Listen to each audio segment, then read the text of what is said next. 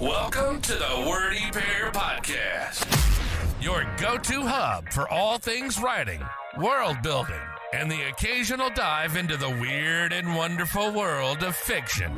We're breaking down the barriers between you and your next great story. Whether you're a seasoned scribe or just scribbling your first sentences, we've got something for you. We'll be discussing everything from crafting compelling characters to dissecting the good, the bad, and the downright bizarre in the world of fiction.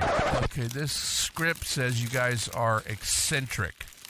Isn't that just a 3-syllable word for weird? No offense. So, whether you're in need of inspiration, a good laugh, or just a couple of weirdos to keep you company on your writing journey, you're in the right place. Thanks for tuning in to the Wordy Pair Podcast.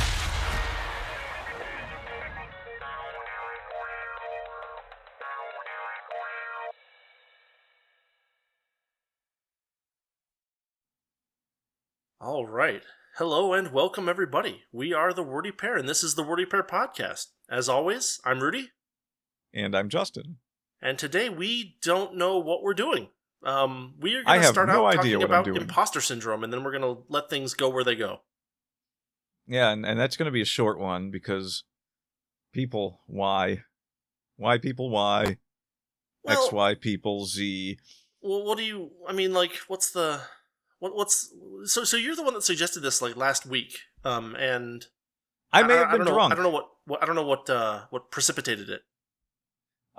It was almost certainly me reading a bunch of stuff on Twitter where people were like, "Oh my god, I can't believe I did this, but I feel like I have such imposter syndrome," and doesn't. Wait. The default thing was posed as a humble brag. Not always, but there was a lot of things like that. But the thing is, it doesn't bother me that people say it so much as it. I don't even want to say that it's one of those cringeworthy things because it's really just people saying, I did a thing and I didn't think necessarily I could do the thing, but I did a thing, and that's fine. Yeah. But it seems like almost everyone acts like this, and as the great philosopher of our time, Korone Inugami once said, "No confidence, have confidence." I think she said, wasn't that the other way around when she said it? It might have been, but, we, as a time traveler, we get to mess with those things. Okay, that's fair. And since we pre-record things, that technically counts as time travel. Yeah, we'll go with that. Yeah, right? I have a non-zero velocity relative to you, therefore, there is some time travel involved. Yeah, and if you pretend really hard, then that counts. Right. I mean, look, this is how physics works. Yeah, if you pretend hard enough, physics does things. Well, not that part. I mean the relative velocities involving time travel. That too. Yeah, I mean, like what you hope and want doesn't actually do anything. Like if you want to, you can hope in one hand and crap in the other, and we'll see which one fills up first. But if you just imagine one fills up first, then that doesn't mean anything. It doesn't. It really doesn't. It does not. And so the point we're going to make here is that if you just imagine that you have something called imposter syndrome, and here I would have used air quotes if I didn't actually use them, but I thought about using them right when I said it, and then I did. Had but you can pretend. Imposter quotes. Yes, I had a very imposterific set of air quotes. But just getting down to the basics here of, scraping the barrel here for something to say is basically why have imposter syndrome, or why claim to have something like that when it doesn't matter. It's just like, you're doing the thing. If you're doing the thing, it's pretty hard to be an imposter when it comes down to something as simple as writing. Like, if you're a person who is literate and you have the ability to take letters and arrange them into words, which you can then form into cohesive thoughts, you're not an imposter. Well, perhaps you haven't. I mean, let's set a non-zero bar here, right? Like, I'd say that if you want to call yourself a writer in any sense of the word, you need to do two things: write things and show them to people. Yeah, because a person who keeps a journal is not necessarily a writer, unless the intention is to publish the journal as like, my 3 years in World War II or whatever, right? Like if you write something down and you burn it before anyone else sees it, then sure, you can have imposter syndrome there. But other than that, you're a writer. You write things and you show them to people. Yeah, and the weirdest part about it is like I don't know. I don't think that it's people soft bragging. Because I just see too many. I really get that impression. No. A lot. No, I think some people are, but I don't think that's the entirety of it. Because I see a lot of things where I just see too many people who are like, I want to tell people I did a thing, but I don't feel confident about it. So I'm going to say, wow, I can't believe I did this thing, and I feel like I have imposter syndrome. Or I mean, maybe they. I think that there's like a genuine like set of people who are like, I did something, but I'm not confident that it's good enough. And so they say that they feel like they have imposter syndrome. And I would just like to remind these people. But that's not, I mean, I think they're misdiagnosing the problem then, right? Because what they're saying is that they're still unskilled. But being unskilled is a solvable problem, generally speaking. So, like, that's not imposter syndrome. That's just saying, yeah, I'm not sure that I'm good enough yet for this to, be something that people actually care about, which is fine too. Yeah. I mean, again, it comes back to that confidence level of things. If you're doing the thing and you feel like you're an imposter, but you actually have the ability to say, you know what, I could be doing better than this, then you're already working towards it. So you're doing fine. So I don't really like the term imposter syndrome. It's one of them things where it's often used in the context of someone who gets well known for something, or it's a real thing. I mean, let's not mince words there, but like for something that has really, really high, like I know a person who got a job doing science in category X when their training was entirely in category Y. And they were like, I feel like I have imposter syndrome because like I don't know that much about category X of science. I did all my work in category Y, so like I feel like I'm out of place here, and like, that's not an unreasonable position to hold. But the question is what you do with it, and what this person did with that is they sat down and they got familiar with position with subset X of science. And they became an excellent scientist of X. Like this is difficult, but it's not complicated, right? Well, I guess it just wouldn't have occurred to me too quickly because, as someone who is one job shy of having had 30 jobs in his life, I've had almost every job I've ever had. They hire me for something, and then they want me to do something completely different, and I have never felt like an imposter in that role. So it just wouldn't have occurred to me to relate it that way, I guess. Yeah. But there is an element of like, I think if some people find a modicum of fame or recognition for something that they did, they might just have a weird sense of, I feel like I should feel different if, I have some renown, and I don't. Well, I mean, like, a person who has renown as a thing is already that thing. Like in that case, I feel like imposter syndrome is more of a humble brag, right? Like, no. The thing is, that's like kind of the context that a lot of it is in. It's like, I have recognition in this thing, and I never expected that to happen, and I feel like an imposter because it did happen. Like that's the context I see it used in the most, and it's just like. It's just maybe you didn't expect to be there, but it doesn't really feel any different than where you are now, and maybe you feel like it should, but there's nothing to feel different about.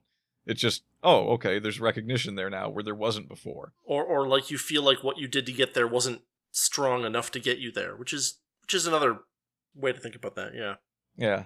But in reality, you can kind of shrug that off because almost there's not a field on the planet where someone somewhere didn't luck into the job, and that doesn't necessarily mean that they're not good at the job. It just means like, I made it here, okay, and then you push on.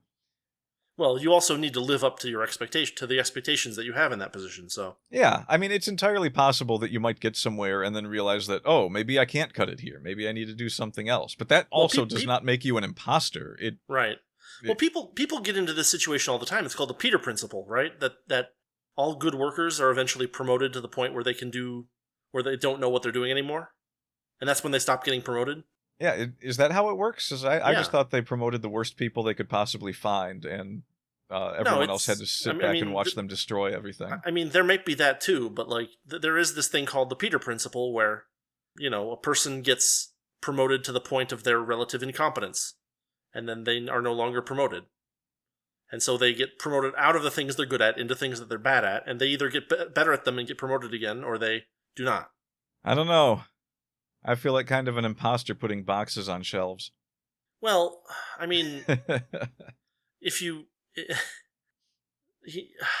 what's the reverse of that situation? Because that defines me to a T. Well, I think that what you need to do is you need to like dress up in like a ninja costume and go do your job in a ninja costume. Thank God. I thought you were going to say leathers. No, never. I would never say that. Not to you. God, no. But no, leather ninja. Well, I mean, you could be the first leather ninja, but I don't want to see it. Don't tell me. I don't want to know what constitutes a leather ninja. No, but like, I mean, like the way that I usually hear it is people who are doing well, and they're like, "Oh, I feel like such an imposter. I just lucked into this $10,000 a year book deal or whatever." You know what I mean? Yeah, there's definitely some people that I would say I suspect it's just a humble brag. Like the people that I see using it for the most part, I worry are disingenuous about it. The people that are actually feeling like imposters usually don't say it because they actually feel like imposters. Well, I've seen people say it that didn't actually do anything that's worthy of much recognition. It's like, ooh, I got 400 views on something on Twitter, and it's like, okay, you shouldn't feel an imposter over that. It's like, yeah, memes and viral things are a thing, it's not a big deal. You just keep doing what you're doing, it's fine. Well, I mean, if your goal is to become a memester, then, number one, I would say set a higher bar for yourself. But number two, I would also say that it's very hard to predict the things that are going to go viral versus things that are not. I've made posts that I thought were stupid that went viral, and I made posts that I thought were really insightful that did not. So, like, this is not something that you have full control of. Whenever your evaluation of yourself is entirely dependent upon the evaluations of other people of you, that's the problem with that is that you find yourselves at the whims of what can be very fickle and very self-contradictory advice, basically. Because you can get good advice one day and bad advice the next day, and you can have other people, collect together to vote down your stuff if they feel like it, and they don't have to say anything to you, but it's like, this is strange. You see some kind of weird trend somewhere, and you're like, well, no one's giving me the actual feedback, so I don't know what they're angry about, so I'm just going to assume that they're tuning their algorithm for themselves, and there's nothing I can do to make a better product for them because they're not giving me any actual feedback, right? Yeah. Actually, you know what this reminds me of? What? This is kind of making me think of that kid from World End Economica. Okay. When he was fooled into thinking that he should invest heavily into the one company, and then it turned out that the guy that gave him that information was testing him to see if he would actually look into what he was telling him. Yeah. And it's like, if anything, like, there's a person who maybe should have felt like he had imposter syndrome after that, but even then, it's like, he was a really, really good investor in that story. Yeah. And the second chapter starts after that happens, and for some reason he's in a wheelchair, and he's really I can understand the depression part, I guess, but like, they never explain why it put him in a wheelchair. Oh, that's a Japan thing. That's a convalescence thing in Japan. Oh. Like, yeah, they put, whenever you, I'm gonna jokingly, whenever you're in the gown that has the back that's open, They put you in a wheelchair so that no one can see your back. No.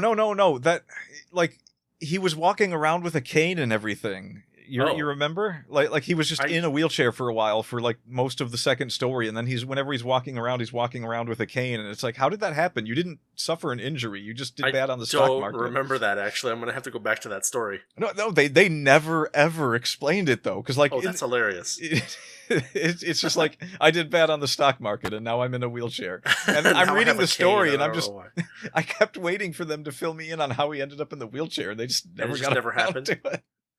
Okay, that's interesting. I went through World End Economical once when I first bought it, and I haven't gone through it again since. And so, well, obviously not, because of the ending. Like, I probably would have gone through it again, but the ending left such a sour taste in my mouth. That was a pain in the rear end, yes. I still vomit a little when I think about it. I throw up a little in my mouth whenever I think of the end of your story. Well, at least that's a response.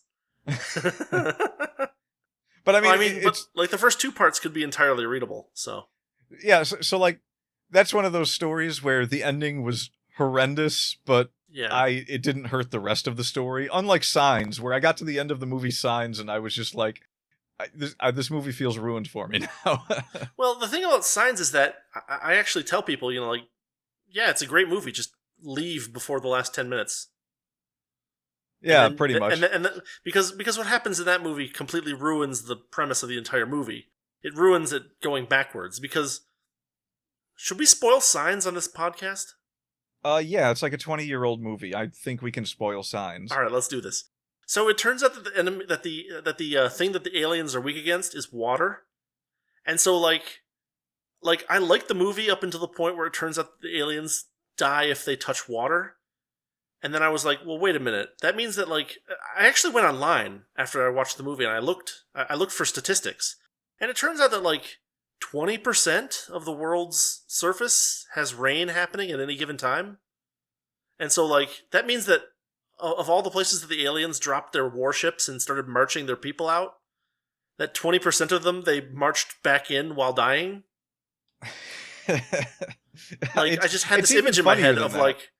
Yeah, go ahead. Well, it's even funnier than that, because like we know from Earth the places that we can and cannot land. These are spacefaring aliens, and and they come to Earth, and none of them were like, "Hey, we don't want it. We don't need this. Let's go somewhere else.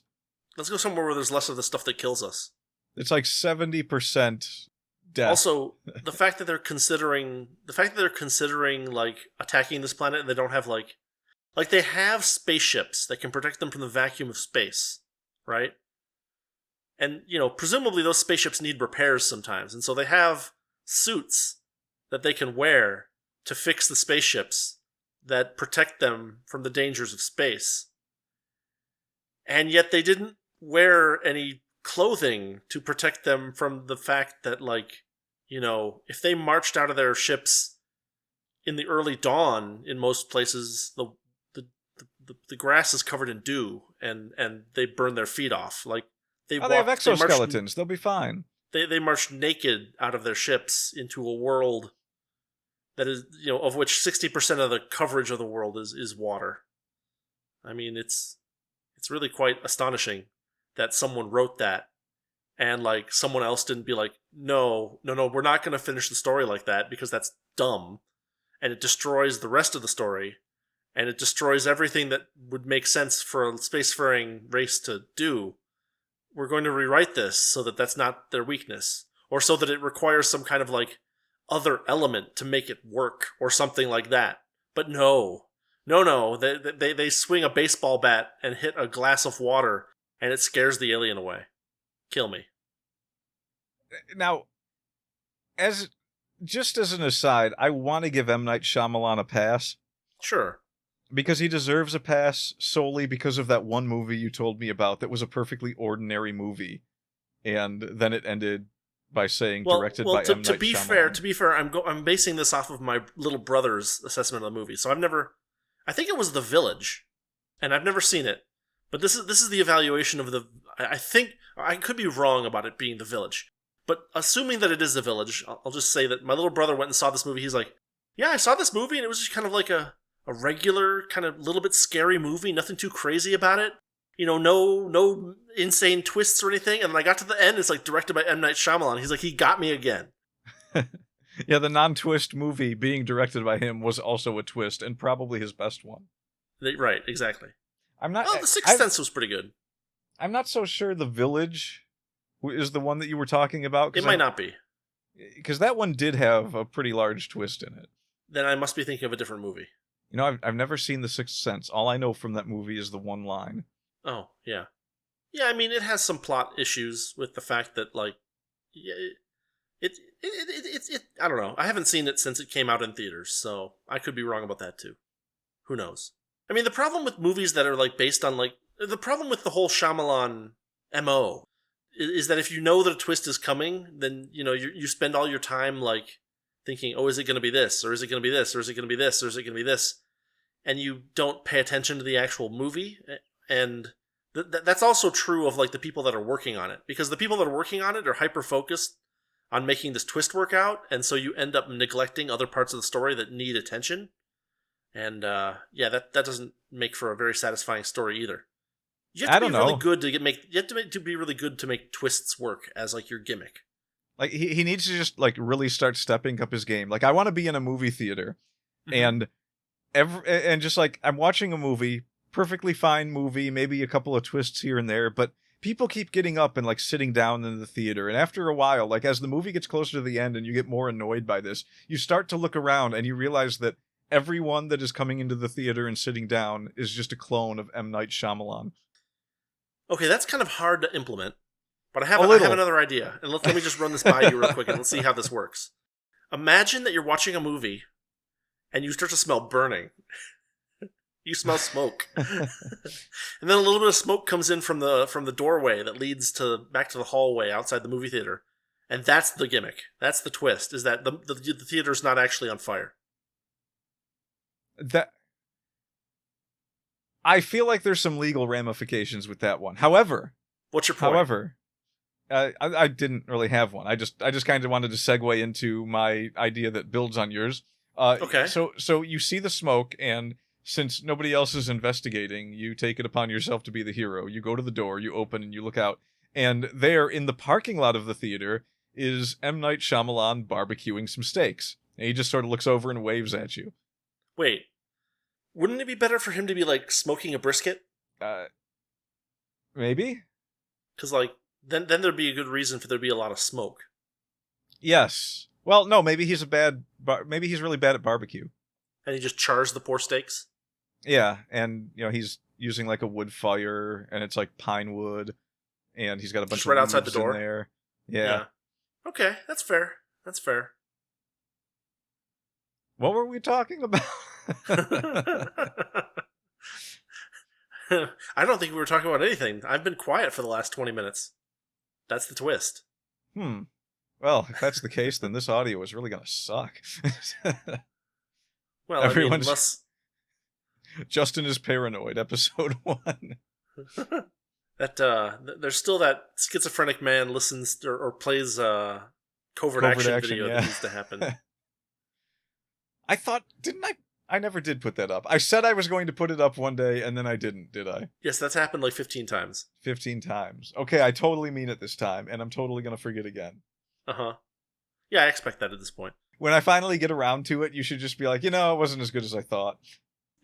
Well, that's probably going to be true, but I guarantee you it will be, because I tried watching it, and I'm like, it's not really funny, but the title kind of makes it funny a little bit. I don't know. I just kind of remember it very fondly as, like, something that happened while we were having fun. And, like, I don't know. I hate to say it, but I don't have anything else that was on my mind writing-wise besides the imposter syndrome thing. I mean, we could maybe just briefly mention that the Hugo Awards are getting kicked in the nuts. That's always good, because... Well, it's not the Hugo Awards. It's, like... The SFWA? Yeah, it's the SFWA, or they call themselves. Yeah. They had to re-elect a new president. They had to elect a new president or something, and yes, all three of the choices are bad, so, whatever. I don't think it matters. They don't matter. They are a non-entity in the world of writing, as far as anyone with a modicum of sense. I mean, they're not a non-entity in writing. But, like... No, seriously, think about it. All they are is an in-group. That's all they are, and so they don't matter because. But they're not just an in-group. They also like set standards for like cents per word that places have to. I mean, they do more than that, but they do it poorly. But they still do more than that. But it doesn't matter if everyone just skirts around them anyway. It really not everybody does. There are plenty of magazines that want to be for whatever reason, they want to be, SFWA certified, professional magazine places for people to send stories. And so they make sure to pay that like 8 cents a word that SFWA demands, and there you go. Like there is a bunch of magazines that still proudly proclaim that they're SFWA member thingamajigs on their websites. So this is still a thing.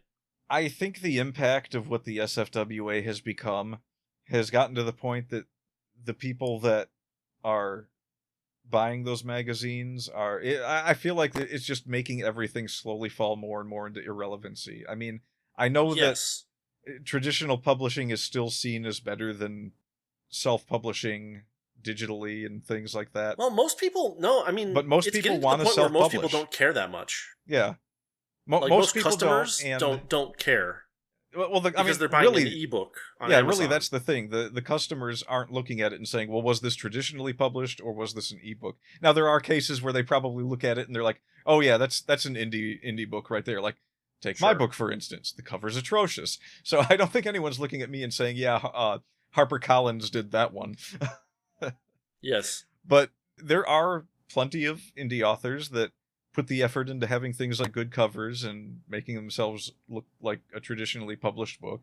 And nobody's looking into that, most people, even if they care, aren't really reading into it and saying, well, where was this published? They're just like, ooh, that looks like a book. I'll read that. Yeah, I just don't know what relevancy the SFWA really has anymore. They're a joke. I just described their only relevancy is that certain magazines still pay a minimum rate that is based off of their standards. That's it. And that's all. The competition is so intense for getting a spot in one of those magazines that nobody really bothers anymore. It's just become such a bottleneck for most people. Like, why am I going to sit around and wait for a response from a magazine for... I mean, I guess if you write for enough magazines, you can make some money off of it, and that's fine. There's nothing wrong with writing for those magazines.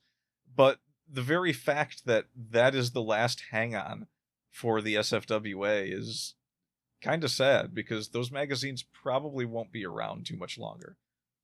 And if they are, they'll have changed their methods at some point.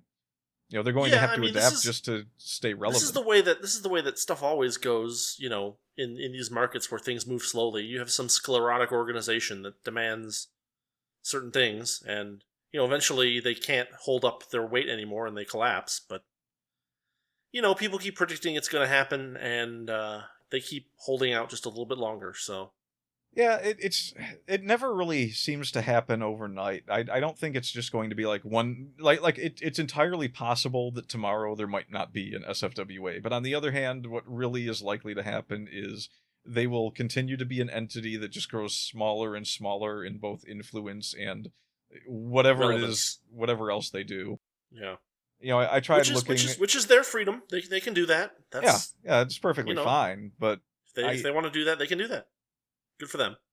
I tried looking at some of the people that are involved in the SFWA, and it's just like, God, some of these people are like at my level of readership, and nobody reads my stuff. So yeah, I don't understand what's special about it. Like, didn't the SFWA used to be like top tier writers helping out younger writers and new authors? Yes, that was the original plan for the magazine, for the organization. Yeah, because it really seems like actual best-selling science fiction authors running the thing and helping to bring other younger science fiction authors into publishing and have them make a decent amount of money from what they're writing. Yes, that was the plan. Yeah, so somehow it became a clique of people that I've never heard of. Yeah, well, they write for each other's anthologies, and then they sell each other's anthologies to each other. I mean, I guess that's one way to do it. It's kind of a break-even mentality. No, it's a net negative mentality. They all have day jobs. They all must have day jobs. Well, I mean, to be fair, they are writers. Well, I mean, yes, that's also true. But, like, I mean, they all have day jobs and have no prospects to getting out of having a day job. Again, they are writers. I'm just I'm just putting that out there. Don't listen to me. Some writers make it. Yeah, some do. I mean, But you might not make it. You might not make it with just your novel sales. You might have to actually write articles for a magazine or something, like a lot of people have done. Like H.L. Mencken is a good example of that, right? He wrote for a bunch of different magazines. Oh man, I used to have. I went to a website one time on my phone while I was at work, and I was on my lunch, and I had nothing better to do, so I just kept taking screenshot after screenshot of Mencken quotes. Yeah. 90% of the pictures on my phone were just Mencken quotes. There's nothing wrong with that. There's everything right with that. There's everything right with that, yeah. It's impossible to feel like an imposter if you have a bunch of Mencken quotes on your phone. Well, I mean, it depends. It depends where you stand vis-a-vis Mencken, but yeah. No, it doesn't. Because if you don't stand... If you're not standing with Mencken, guess who the imposter is? It's you. That's my point. Oh, yeah. That's exactly what I said. Okay, so you're saying if they if anti-Justin were to screenshot all of Mencken and just hate screenshot it and see that yeah. Like they look at Mencken quotes the same way that I look at Mussolini quotes. Yeah. Yeah. All right, so let's see. We talked some SFWA. We talked some imposter syndrome. Man, yep. I may be showing a little bit of bias here, but I definitely wouldn't argue. I thought you were going to say your age. Okay, never mind. That would be old, but a very youthful and vigorous old. I will still fight a bear and lose, but I'll fight a human and win. If I ever saw anyone from the SFWA saying they felt like they had imposter syndrome, I wouldn't argue with them. Okay. So there's my bias. I mean, I may have mentioned it before. That's a fine bias to have. I mean, if you're an important member of this organization for science fiction and fantasy writers, and you write things that aren't science fiction and fantasy, that would be one reason to accept their self-evaluation as an imposter. But the people who do this don't have that much self-awareness in general. So yeah, it sure seems like it anyway. I mean, that's my evaluation. I could be wrong, but that's my evaluation. I want to say that I wish I could pinpoint what exactly it is that makes people do things like that, but I know exactly what jealousy and envy are, and so yeah, envy is a hell of a drug. Yep. From the N to the V. Yeah. You got to ask A-Y. Wouldn't that be EY? We're going Canadian today. It's the only way the joke works. I think at some point you just need to declare that the joke doesn't work. But I'm envious of jokes that do work. Well, that's not a reason to continue throwing really, really awful, terrible puns at me and at our audience. Isn't it? I'm going to say no. If we become the Bad Pun Podcast, I think it would be a step down. Well, I mean, speaking of jokes, though, we do have to... we've kind of been slacking on this, but we're definitely canceled by Canada yet again. We haven't mentioned who we're canceled by lately, so there's one. I think we were from the outset canceled by the SFWA because we're both white males who write, so we're not even in their orbit really. And I don't know. I've seen these people; they have significant orbits. Yeah, in the astronomical sense. I think if there's any hardcore imposter hobbyists out there, like people who imposter things for a living or for fun, what does that even mean? I don't know, but we're definitely canceled by them now. Well, that's fine. They're imposters by definition. Yeah, they probably sit back and they're like, it's like being canceled by the pod person that's supposed to replace you. Yeah, no, we get along great. It turned out we had a lot in common. And we both like pointing at things and screaming. He's better at chess than me. It makes me angry. Ooh, that's a rough one. Yeah, when your pod person is better at chess than you, my God. I feel like an imposter. I'm an imposter to the pod person that imposters me. You're like some kind of horrible inverse Gary Fisher. He walks around with a big ego about it, too. He's just, like, strutting around like, yeah, I'm solid gold. I'm the best I came from a person planet and I'm there better is." at chess than this guy. To be fair, he's like the Vash the Stampede version of me, so... So which cities has he destroyed? Well, to be fair, again... Detroit, Chicago, San Francisco? Yeah, they're all ones that I wouldn't have gone to anyway, so he has free That's reign fair. there. Yeah. I just wish he would quit licking his eyeball. Why? He has to keep them moist. That'd be unhealthy. I guess that's true. So, after bantering randomly for 20 minutes, maybe we should move on to something more related to writing in some sense? Well, I mean, we came up with a bit of a story plot there for a pod person. I'm stretching. I'm really stretching. Sure. Okay. All right. Yeah, sure. Like, what's it called? These are all imagination exercises. That's what's great about podcasting, throwing these ideas back and forth. Well, no, but I'm thinking of like it being a writing prompt. Like, write your best comedic take on, Return of the Pod People or Revenge of, what's the movie called? Attack of the Pod People? I have no idea. I've never seen it. I don't think it's got the word pod people in it. No, there's definitely a movie with the name Pod People in it. I think it was just called The Pod People. No, I thought it had a different name, though. I thought it was something like... Well, not They Came. They Came was... Or no, not that. Invasion of the Body Snatchers. Body Snatchers, yeah, that was it. Okay, there we are. So, yeah, that's... We haven't done this in a while, but, like, we could totally do writing prompts as part of, like, our thing that we do sometimes. And this is our prompt for you, the listener, this week.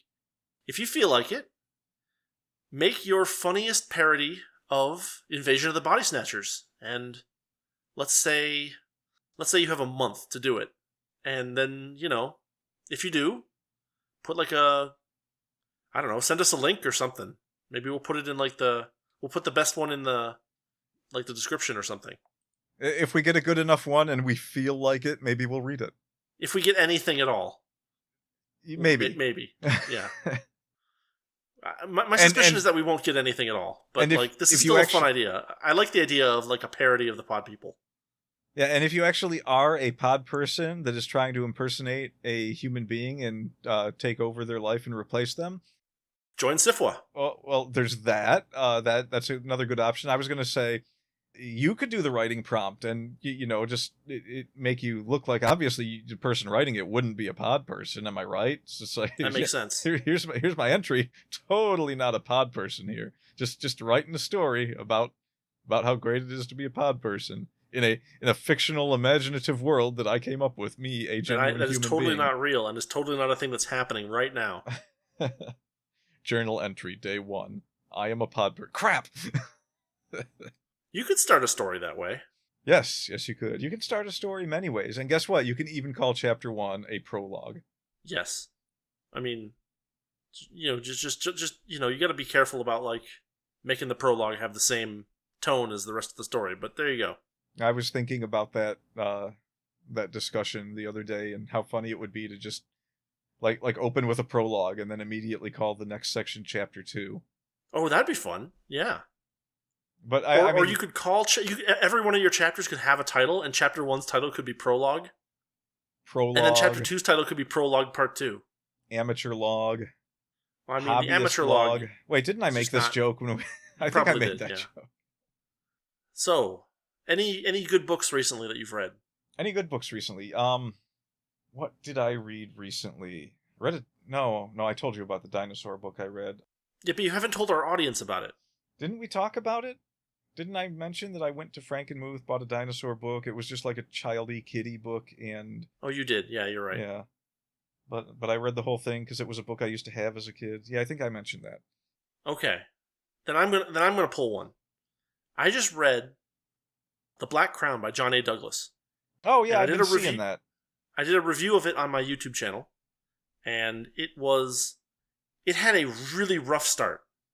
But once you get past the first, say, 5 chapters, it actually turns into a really good story. And I was incredibly surprised in a positive way that the story turned out to be something really good, because it had...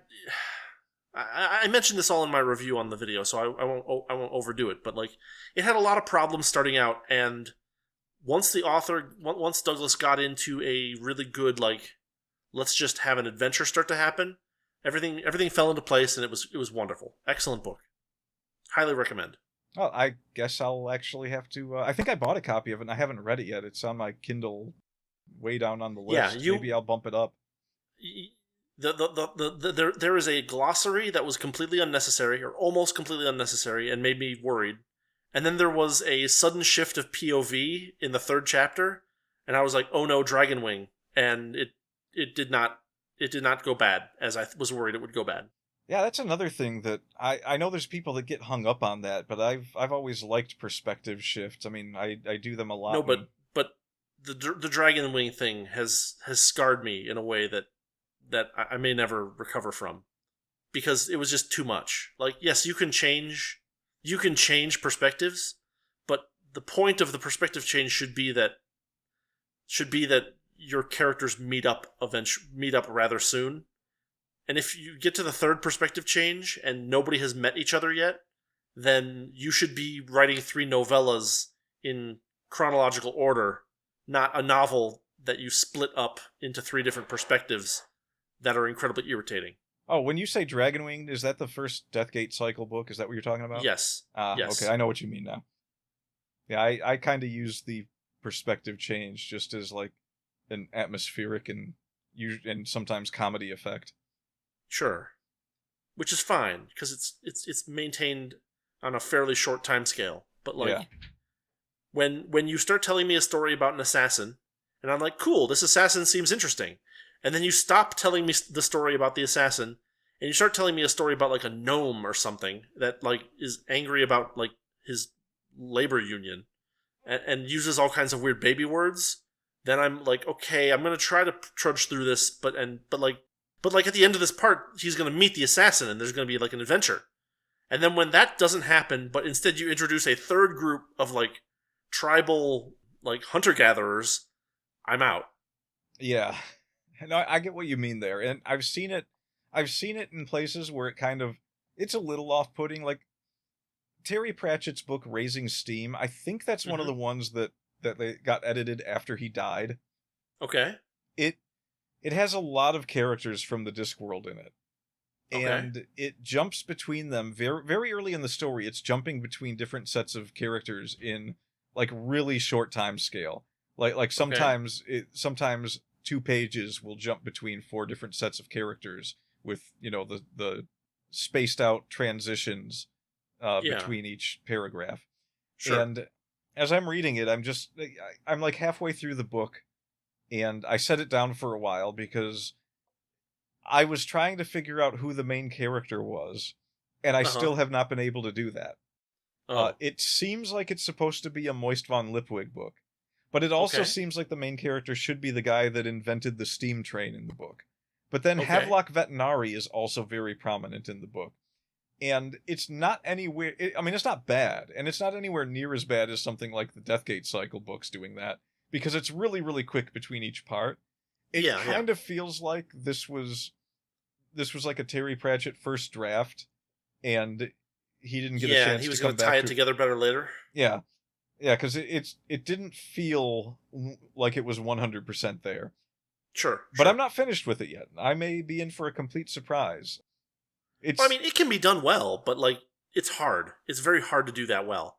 And like, when you say that you're switching between perspectives rather rapidly, that's not what happened in Dragonwing. It was like I would read for 3 hours. Yeah, quite the opposite. There's a brand new set of characters. Yeah, I mean that's why I don't watch Netflix television programs, because they will give you an interesting story with one character, and then they'll jump to someone completely different, and you're like, well, are we getting back to that? And then it's like episodic too. So one episode is really good, and then one episode is really boring. It's funny that you should say that, because I just have been watching the EFAP coverage of the Book of Boba Fett. Is Boba Fett in it? What? Is Boba Fett in it? For the first 4 episodes, yes. I had a feeling it was going to be something like that. And it's really bad. Like, the first 4 episodes are really awful, and then, like, the 5th and 6th episodes contain a total of 30 seconds of Boba Fett, and the rest of it is about the Mandalorian. Is there even a book in it? Does Boba Fett write a book in it? No, he does not. It would be, it would have been acceptable if this was like the life and times of Boba Fett and he's writing his memoirs, and so halfway through he just starts talking about someone else. No, it's just another bunch of character assassinations from Disney Star Wars. Oh, okay. Yeah, that's kind of that's their motif. That's their modus operandi. Yeah. Their MO. Their Mo. Right. I mean, I already used MO as an abbreviation earlier in the episode, so I was just referencing the Tick television show again. I do that a lot. Oh, that's fair. The Tick television show was really good. Yeah. Now, that was the episode where some woman showed up claiming to be the Tick's wife, and since he's an idiot, he kind of goes along with it. And Arthur thinks that it's true, so he asks the Tick, "Is this your MO?" And he goes, "My Mo?" Uh-huh. Yeah, you know what? I don't think I've read anything since The Sinister Shadow, so I think I'm gonna have to dig something up. I've got all 5 of those Slayers novels now, so I have to read all 5 of those. Yeah. But I'm reading the first one again, which we won't need because we already talked about. So True. I won't be ready with that one by the next time we do this. No, that's fine. I just figured it was worth asking a question in a writing podcast of like, have you read anything good lately? Because I had, and I wanted to give you first go. Yeah, I feel like I read and a you short failed me. story You somewhere. failed me horribly. I can make something up. I can say that I read something that doesn't exist. We could talk about the MacGyver thing again. that might be my favorite episode. Not only of our podcast, but of MacGyver. We went to so much work for it, too, and it got so little coverage. I went to the trouble of, like apologizing for not putting it out on the right day, because I wanted to put it on the right day. Yeah, and we had so much fun with it, just, like, making up the stuff about the cop being Irish. And there were, like, 3 really big times where I was almost caught up in my lies. Yeah. And somehow we dodged all those bullets. The computer one, I'm particularly proud of myself for that one. It worked out all right. It was a good episode.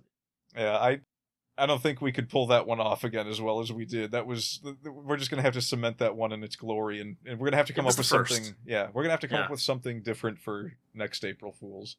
Well, sure. I mean, we don't want to do the same thing twice. That'd be silly. Yeah.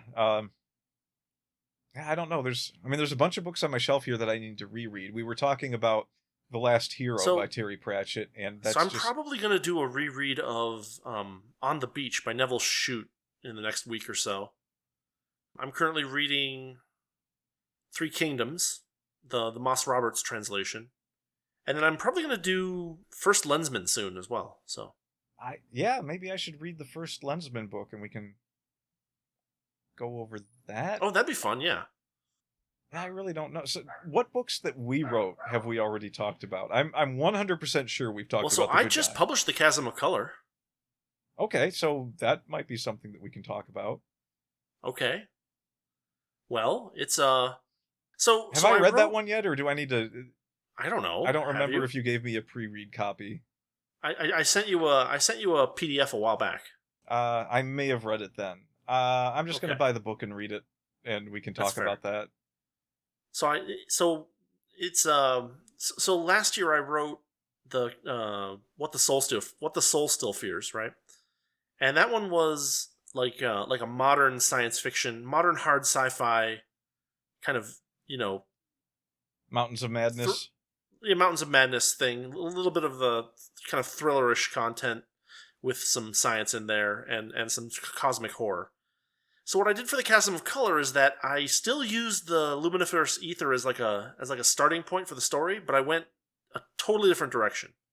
And it's now a story about like scientific hubris, and it's actually a historical science fiction piece, which is not super common. I had to do a ton of research just to make sure that I wasn't referring to things that didn't exist at the time that the book was set. Because the book is set between 1887 and 1889. And so, like, I had to, like, look up and say, oh, does this exist? Does this not exist? And there were a bunch of things that apparently, like, had just been invented and created in the early 1880s that I was able to, like, weave into the story, which was a lot of fun. So, like, there's all kinds of cool things that happened in the 1880s. Like, The first 4-stroke gasoline engine was invented in the 1880s. The first, like, artificially grown ruby was, well, that was a little earlier. I think the first time that was done was in, like, 1837. But, like, they had been refining the process through the years between 37 and say, 1890. So there's a lot of this stuff there. There's one funny thing that I wrote in that story where the main character refers to something as white noise. But white noise was not used as a phrase until the 1940s, and so he has to use it as like a tentative, silly thing that he's making up. It's like a lot of fun stuff like that. It's like in the Shadow movie where he's asking if a weapon could be built with this certain metal that he had, and the guy's like, "Oh yeah, he basically describes a nuclear bomb, and he goes, I suppose you could call it an implosive, explosive, subatomic weapon," and Alec Baldwin playing the Shadow goes, "or an atomic bomb," and the scientist looks up at him and goes, "Yeah, that's catchy." Right. So that was a really fun story to write. It's about 15,000 words, so it's not even a novella. It's like a novelette, but it's a fun story. It has kind of about half and half between the hard sci-fi and the cosmic horror stuff. A couple of interesting twists in there. And this is the first book that I ever made a paperback out of, so that's been fun too. Do you have weren't you working on a full-length novel, or did that come out already and I just completely forgot about it? No, I'm finishing it up. This thing got in the way. Because I actually thought that's what you were talking about here, and I was like, wait, 15,000 words? No. The novel it's almost done. I just thought of a bunch of stuff that I wanted to add to it, so I'm working on finding a good time to do that. And hopefully that'll be, now that because this thing kind of got in the way, I kind of felt inspired writing it, and so I just I went to town on it and did a bunch of edits and did a bunch of redrafts. And I probably shouldn't have done it that way, but I felt like I wanted to get this thing out, so that's what I did. I fully understand. I was supposed to be finished with Ibralina and the Pixielands about, 5 years ago, and I have written 16 stories and like a couple of novellas in between doing that, and I'm at the very end of it, and I still haven't finished that book, and I'm just like, I keep my delaying tactics on standby. It's a very easy trap to get stuck in as an author. Yeah, I get stuck in it way too often. I still like that both of us are using the luminiferous ether, even if it's just an exclamation in my story. So the funny thing about it is that like the AETHER spelling is not standard. I know. Like in the actual paper that was published about the Michelson-Morley experiment, it's just ether, ETHER. Yeah, my pronunciation for the real one is always ether, but I use aether in the stories. Mm-hmm. Just a result of me playing a lot of RPGs that love spelling it that way. So I'm like, I'm going to go with that one. Because aether you do or you don't. That's true. That's very true. And that's going to be the Alien Bangs t-shirt that I make. Oh, you should totally do that. I actually have more ideas for that one character for like hats and shirts and things than any of the other stuff that I've done. Interesting. Because she wears that shirt that says Lumine on it, and I'm just like, I could make that. Yeah, fair enough. All right, I guess we have an episode? Yeah, I guess so. We could totally end on me fantasizing about making products. Yeah, probably should not worry too. I might cut some of this out just because we spent so much time talking about irrelevancies, but we'll see what happens. I want people to know the full extent of my psychosis. That's actually reasonable. You have to embrace that. You have to be the madman. That's reasonable in a weird inverted way. It's reasonable in that this is something a madman came up with, kind of reasonable way. Right. All right. Well, I hope you enjoyed our insane rantings this week. As always, this is the Wordy Pair Podcast. And, I'm Rudy. And I am Justin. And we're both crazy. He said it, not me. And he's right. Thanks for listening to the Wordy Pair Podcast.